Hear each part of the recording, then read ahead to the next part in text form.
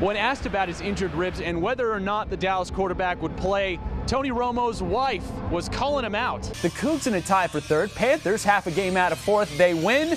They at least can maybe muscle their way into the playoffs. Yeah, it's back. It's hot, but we're finally really starting to see some football in action and a unique start to the season for the Cooper Cougars. Fresh off that district title a year ago, but they're breaking in a brand new coach. Sports fans, there's no Michael Young, no Mike Napoli, no Mike Adams, and no Josh Hamilton.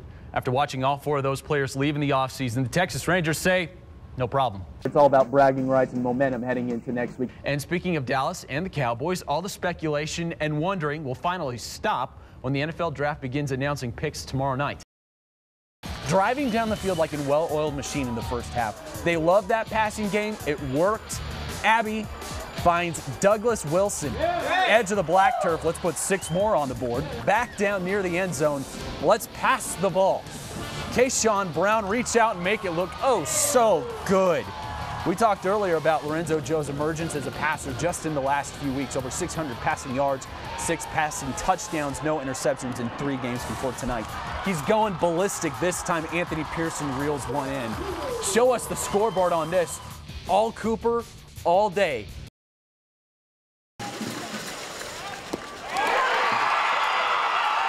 Another heartbreaking end to the season for the Stanford Bulldogs as they take silver for a second straight year in the 1A state tournament, falling 6-1 to Price Carlisle here in Round Rock. But if you take the errors and wild pitches out of the equation, Coach Templeton said you probably have a completely different ball game. It would have been close. Even as bad as it looked, it could have been a lot closer. It's a great season. It didn't work out in our favor in the end. We got here, we just didn't get things done when we really needed to. The top part of our lineup didn't put the ball in play like they needed to. And Price Carlisle's got a heck of a team, and you can't take anything away from them at all. Hey, in my book, they're all winners right now. They did a great job. The Stanford seniors can hang their hat on this. They have owned Region 1 their entire high school careers, and Coach Templeton calls them the best group of seniors he's ever coached. Signing off the high school baseball season in Round Rock, Mike Skow, KTXS Sports. On the eve of the biggest day in 1A football, Monday and Stanford are about to return to Cowboys Stadium for a chance to make amends on losses in state title games a year ago. But let's stop and press rewind. Go back to that moment when the clock struck 0 and both the Bulldogs and Moguls watched Mason and Tenaha hoist the hardware. I don't think we'll walk in with the wow factor that we had last year, or that's what I'm hoping will happen with our kids. I think we're a whole lot more mature ball club this year. I think we're going to handle the travel, the quickness of how quick the game gets here, and just the atmosphere itself. We know what they like to do, and they know what we like to do, so it's going to be real fun just to go out there and see who can stop each other. What are the chances?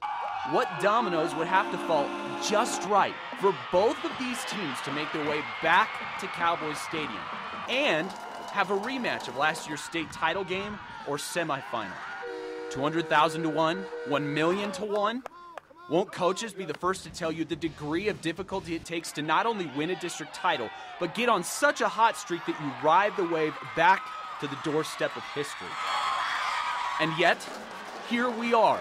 Both teams vastly different paths, touching only once back at the start of the season, on their way to the final games in 1A. The amazing thing is both those teams are back there again.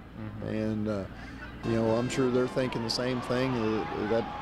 That makes for a very enticing state championship game. So ultimately, it doesn't matter what happens from that side. We just want to take care of our business. Out of 168 1A teams, these two have done it twice. Now let that sink in.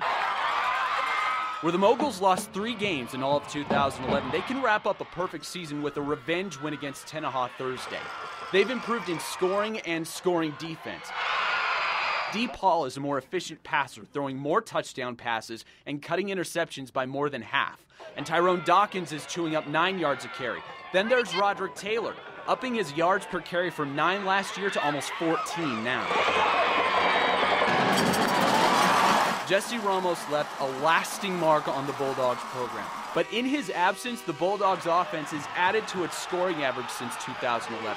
The defense has limited opponents to just 12 points a game, and the offense hasn't missed a beat.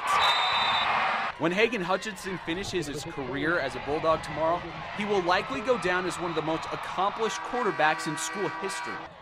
But will it feel complete? Will this season feel justified in either town if these programs don't hoist the trophy on Thursday? Maybe D. Paul said it best. If you don't win the next year, then you know what I mean. It's going to always be in your mind, especially with it being our last game as Moguls. In my book, I won't be the greatest until I have a championship.